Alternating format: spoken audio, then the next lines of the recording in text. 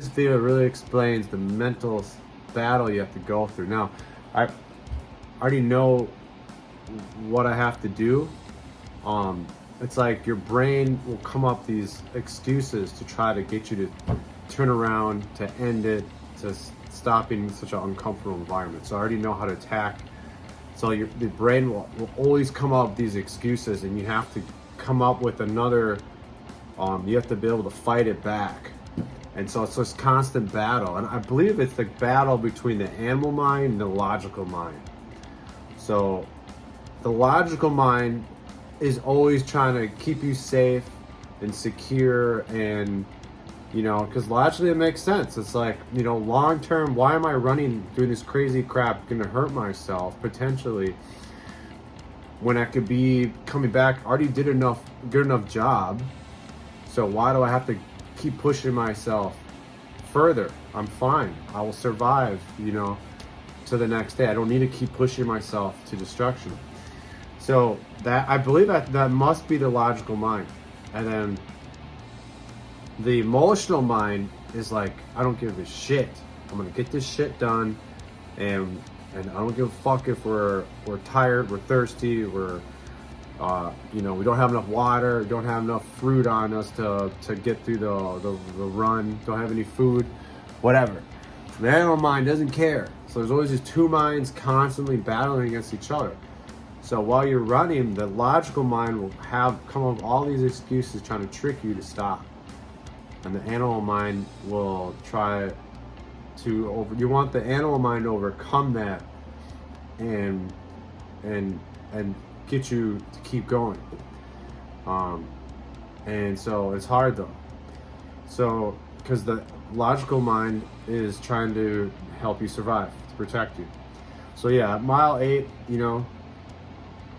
that's usually when pain starts intensifying in like your legs. I started getting a weird pain, like my lower right. It just felt like it was like something like intestine or something was hurting, abdominal, lower right.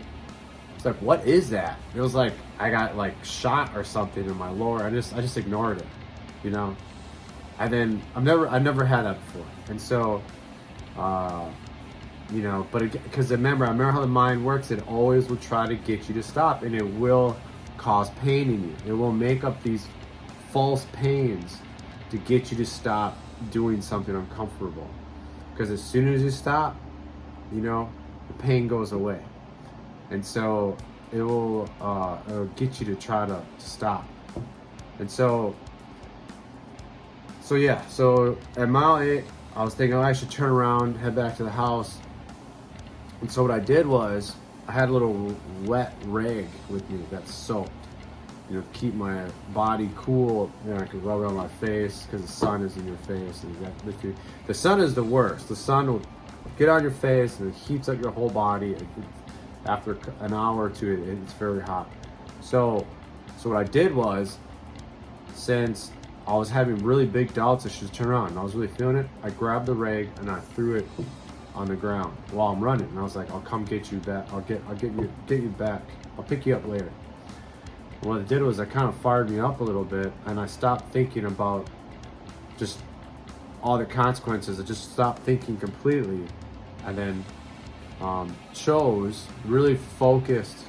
You really got to focus. You're focused to choose to keep going. Even though my body was saying you should turn around because it's getting hard, I chose to keep going all the way to Lake of a Lifetime, because I didn't know where. I wanted to go all the way to Lake of a Lifetime and then back. And I just didn't know the distance 100%. I knew it was roughly about 6 more miles added on top of the 8. So it was going to be about 16 miles total. It ended up being about 15.2 or something. So anyways, I got through, went to Lifetime, got all the way to the Lifetime, and my mind is constantly thinking, hey, you should stop here, stretch out, but I had no clothes. I had no shirt. You can't get in the Lifetime without a shirt. So the people know me pretty well there, but there was no way for me to stop. I limited that option. So it's like, well, I got to go to the Lake of a Lifetime, and there's no way I can change and stretch. So it's time to come back. I just really focused on that instead of focusing on anything else. Just chose to keep going, right? And so even though I totally did not want to keep going, and then turned around, kept going, and then the whole time my emotional brain was saying, this could be the last day you're gonna run today. You know, it's fine. Like this, like it. There's these phases. So there's when you're working hard. The first phase is you lose track of time. You don't know what time it is, and that I believe that is because it's putting you more in the moment. When you're in the moment, you don't think about time. You just think about now, which is great. It's great for getting things done. So you completely focused on what's happening now, which is ultimately the only thing that does matter is what's happening now. So that's the first phase, is you lose track of time. The second phase, if you're really working hard, I call it's time to die phase, because you're like you eliminate all your other options. It's either you're gonna get this done or today you're gonna die. That's it. It's the time to die phase. That's a great phase to be in, because it's like the ultimate right now focused. You're in the moment. You're very in the moment. And so I believe that's like when you're really in that animal phase, because the animal doesn't care about anything that makes any sense. It just cares about what's happening right now, right? It doesn't care about anything logical. Like time is very logical. It doesn't care about any of that. All it cares about is what's in front of it, and it's gonna get through it or it's gonna die. So there's that next phase, is the time to die phase. That's a good, it's okay to be like, the reason why I'm telling you this is so it's normal to be in that phase. Like that's like the process. And so it's a good phase to be in, because you whatever, it will figure out a way to win that animalistic, it's time to die phase. So that's a good phase to be in. You can do it you can get there quickly if you're doing tire flips, very quickly. But anyway, so when you get in that phase, you really can do pretty much anything. And so I wasn't there yet. I just knew in the back of my head I was trying to get there, and so I always tell myself, hey, you know what? Today could be the last day I'm alive. It's okay. That's fine. You know, it's a win-win. If I die today, I'm gonna go to heaven. If I survive, I'm back in the same place I was this morning. Same thing, so win-win. And so, so at mile 10, you know, it's starting to really hurt pretty bad. Got to mile 12, and I was like, okay, I'm going so slow that, you know, run like 13-minute miles. I need to stop, stretch out. So I stopped, stretched out, and then real quick, and then that removed a bunch of the pain in the legs. Stretching is really good for running, and it will help remove a lot of pain. You'll get more flexibility. You'll be able to run faster, and you can do that in a run. You can quickly stop and stretch out. So I did that real quick.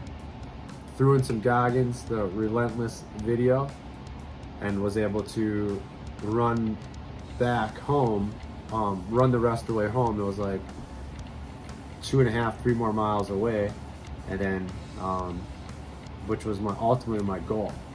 And so that's how mentally, you know, kind of a step by step, what goes through your brain while you're running. So you'll see it's a lot of it's mental, and that's why I do it, because you experience those mental stresses like when you run your own business.